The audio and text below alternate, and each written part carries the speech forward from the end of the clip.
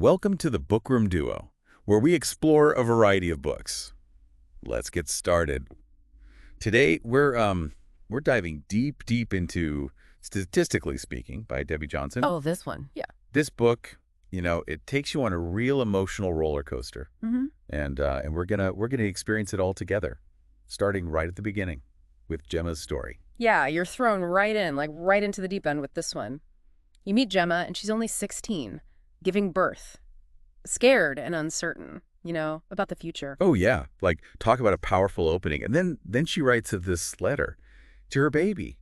It's so moving, knowing she's giving her up for adoption. It's heartbreaking. Really makes you think, what led her to this? Right, and that's where the book, it's clever how it does this. It reveals Gemma's backstory, learn about her childhood. Not easy. Growing up with a mother who was struggling. Mental illness, that lack of stability, that lack of control, it really shaped Gemma, her outlook on life. It really makes you think, how much our early experiences can impact us, even years later. Absolutely. And with Gemma, it's like she seeks comfort in logic, in numbers. It's almost as if she's trying to create order. In this world, that feels so chaotic. 18 years later, we find her teaching history. Yeah.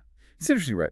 A profession that seems to reflect this need for structure, for understanding the past. Yeah, but life has this way, of throwing curveballs. Doesn't it? Always. Always. A new student, Katie, arrives in her class, and all these coincidences start happening. Gemma begins to suspect, that Katie could be her daughter, the one she gave up years ago. Whoa. It's like the past is catching up to her, forcing her to confront all those buried emotions. And this is where the real turmoil begins.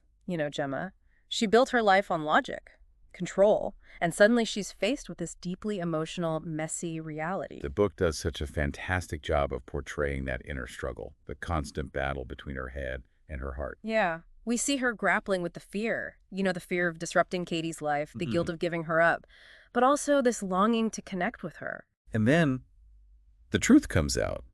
Katie is her daughter. But there's a twist. Right. Erin, Katie's adoptive mother. She enters the picture. And then, surprisingly, they develop this bond. It's amazing how human relationships work. You have these two women, initially bound by circumstance, and they find common ground in their love for Katie. It's really heartwarming to see, but also a bit tense. Right. There's this unspoken understanding of this delicate situation they're both in. And then things kind of come to a head during an emotional confrontation. Yeah, that confrontation was like a pressure cooker, releasing all that unspoken anxiety and fear. They'd both been carrying it. Definitely a pivotal moment in the story. It forces them to confront their vulnerabilities, and ultimately, it strengthens their connection. After all that, Gemma makes a decision. She registers on the adoption contact register. It shows, that growing desire to connect with her biological daughter, but on her own terms. It's like a sign of her evolving, right? Her willingness to face her past head on. And then we have this chance encounter. Gemma takes a trip to Stratford-upon-Avon, and she bumps into her own mother, the woman she hasn't seen in years. Wow. Talk about a twist of fate, like the universe is conspiring to bring Gemma face to face with her past. Exactly. This meeting brings up all these emotions, forces her to revisit those memories, happy and painful. It's such a raw and honest portrayal of a mother-daughter relationship, one marked by mental illness, difficult circumstances. It's a lot to unpack. Their conversation, it reveals so much about their struggles, their attempts to navigate a difficult past, and it sheds light on the lasting impact of those early experiences on Gemma's life. It's really something how Beth, she expresses gratitude for her life, and she doesn't blame Gemma for giving her up. It really makes you think, about the assumptions Gemma had, about disrupting Beth's life. Like, was she wrong? It does. It brings up so many questions, right? Like, how will this meeting go? Can they even create a connection after all this time? And how will Gemma handle this, with everything else going on in her life? And we can't forget about Beth's adoptive parents. They've been such a huge part of her life. Oh, for sure. It makes sense for them to be a little concerned, They loved and raised her as their own. And now Gemma's back in the picture. Yeah, that could shake things up. It's something that worries Gemma, She talks to Erin about it, her anxieties, about meeting Beth's family, how they might see her. It's a vulnerable moment. Shows how much she cares about doing right by everyone. And Erin's perspective as an adoptive mother is so valuable here. She recognizes the potential for conflict, but she also tells Gemma to be honest, genuine, with Beth's family. Erin's right. Honesty is key. Yeah. But it's easier said than done, isn't it? All of Gemma's past, her insecurities, her tendency to overthink, it all comes rushing back. As she prepares for this big meeting, it's like she's standing at the beginning of a brand new chapter. Excited, but also terrified. And this is where you really see Gemma's growth. She's not that scared teenager anymore, running from her past. She's a mature woman, ready to face it, even if it's messy, even if it's uncomfortable.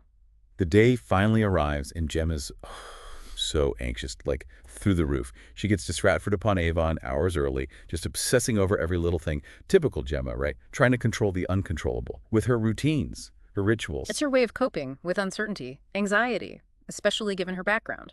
But life, as we've seen throughout the book, it rarely goes according to plan. Gemma's about to learn that lesson again. Just picture this, okay? Gemma's in this cozy cafe. Her heart is pounding, and she's waiting for Beth to walk in. This long-awaited reunion. It's finally happening. But here's the twist. We don't actually see it. The book ends with Gemma walking toward Beth, leaving the rest to our imagination. Such a powerful ending, don't you think? It gives us hope, possibility, but it also acknowledges that their journey isn't over. Makes us wonder what happens next. What will they talk about? The emotions, the challenges, the triumphs, what lies ahead? It's a bold choice by the author. But it works so well. It lets us, the readers, come to our own conclusions, imagine our own happy ending for them. And isn't that what great storytelling is all about? It stays with you long after you finish the book. Statistically speaking, it's so much more than just a feel-good story about, reunion, reconciliation. It really makes you think about family, identity, second chances, how our past shapes us. It reminds us that even with all the statistics, all the probabilities, it's human connection that really matters. Absolutely. This deep dive, it's given us a lot to think about. But maybe the biggest takeaway is this. Life is full of surprises. And yeah, sometimes they hurt, sometimes they bring joy. But they all shape us. And like Gemma, we have the power to choose how we react, how we find meaning, how we connect. In a world that can be, well, unpredictable, messy, but also beautiful and full of hope. Thanks for joining us. Subscribe for more bookish adventures and hit that like button if you enjoyed the ride. Don't forget to share the knowledge, spread the word. And that's where Debbie Johnson leaves us, right on the edge, of this potential reunion between Gemma and Beth. It's a bold move, ending it like that, don't you think? It is. It really is. But it's effective, It lets us, the readers, we become part of the story. We get to imagine how that first meeting goes, the emotions, the future. Yeah.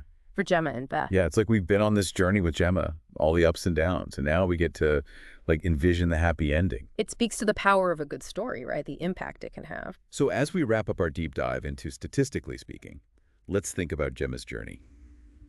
What stands out to you, listener? Was it her courage, facing her past, the relationships with Aaron and Katie, or that potential for a fresh start with Beth? For me, it's Gemma's growth, how she changes. She starts off so guarded, finds comfort in logic, in order. But as she goes through all of this, embraces the vulnerability, you see a real transformation. Totally. And it's not just Gemma. Aaron and Katie, they grow too, adapting to this unique family. They challenge those norms, and they find happiness in unconventional ways, proving that families, they can be formed through love. Acceptance, no matter what. It's true. Statistically speaking, it's not just about reconciliation. It's about second chances, resilience, the power of human connection in a world that can feel, well, a little chaotic. It's a reminder that life, it's a journey, unexpected twists and turns. And sometimes those detours, they lead to the most meaningful places. They do. Thanks for joining us. Subscribe for more bookish adventures and hit that like button if you enjoyed the ride. Don't forget to share the knowledge. Spread the word.